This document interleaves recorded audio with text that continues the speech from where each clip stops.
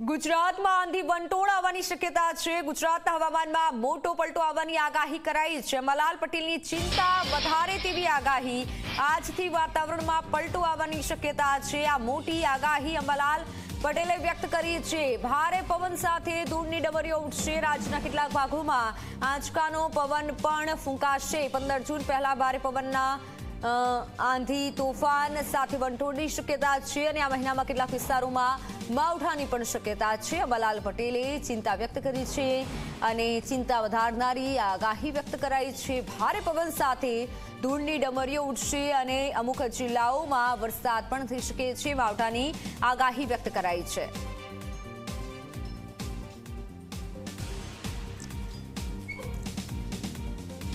તો ગુજરાતના હવામાનમાં મોટો પલટો આવવાની શક્યતા છે, જે આગાહી કરાઈ છે।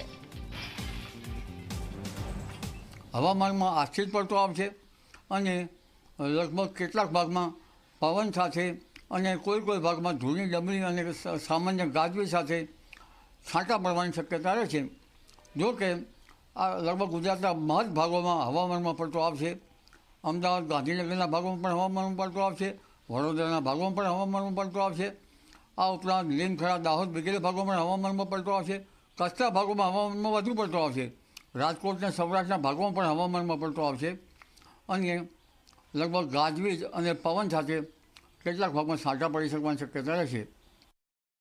એટલે આખું વર્ષ ચોમાસાનું મોસમની પહેલાં પણ પવનની ગતિ વધારે રહેશે અને લગભગ ચોમાસા પૂર્વે આ પવનની ગતિ તો લગભગ 8 જૂન પહેલાં અને પવનની ગતિ 10મી મે પહેલાં તો એનાથી પણ વધી જશે। એટલે 15મી જૂનથી પવનની ગતિ વધશે, પણ તે પહેલાં પણ પવનની ગતિ વધારે વધશે। આ સાંજ સુધીમાં પવન સામાન્ય પવન 10-15 કિલોમીટરની ઝડપનો રહેવાની શક્યતા રહેશે, જેમાં કલોલ, અમદાવાદ, ગાંધીનગર, વિરંગામ, આ ઉપરાંત ધોળકા, ઉત્તર સૌરાષ્ટ્રના ભાગો અને ઘણા ભાગોમાં આંચકાનો પવન જબરદસ્ત રહેશે અને આજ સાંજ સુધીમાં તો ધોળકા અને તેના સંલગ્ન ભાગોમાં પવનની ગતિ લગભગ કેટલાક ભાગમાં 40 કિલોમીટર ઝડપની થઈ શકે। એટલે પવનની ગતિ જબરદસ્ત રહેવાની શક્યતાના કારણે આ વખતે જે ધૂળકટ અને જે પવનની ગતિ અને જે ડસ્ટ સ્ટોર્મ આવવું જોઈએ એ ધૂળકટ આજથી જ આવી જશે અને ધૂળની ડમરીઓ ઉડવાનું આજથી ચાલુ થઈ જશે।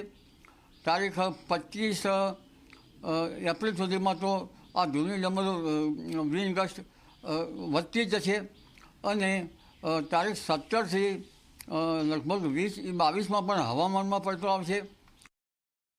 તારીખ 14મી એપ્રિલથી હમણાં પુનઃ ગરમીમાં વધારો થશે અને મહત્તમ તાપમાન પુનઃ 43-44 ડિગ્રી સેલ્સિયસ જેટલું કેટલાક ભાગમાં થવાની શક્યતા રહેશે। એપ્રિલ માસમાં એક પછી એક ઘણા પલટા આવશે, પરંતુ આજથી જે પલટા આવી રહ્યા છે તેના કારણે બાગાયતી પાકો પર તેની વધારે અસર થવાની શક્યતા રહેશે। ખાસ કરીને આંબાની કેરીનો પાક અથવા આંબાનો મોર ઘડી જતાં કેરીની આવક ઓછી થવાની શક્યતા રહેતી હોય છે।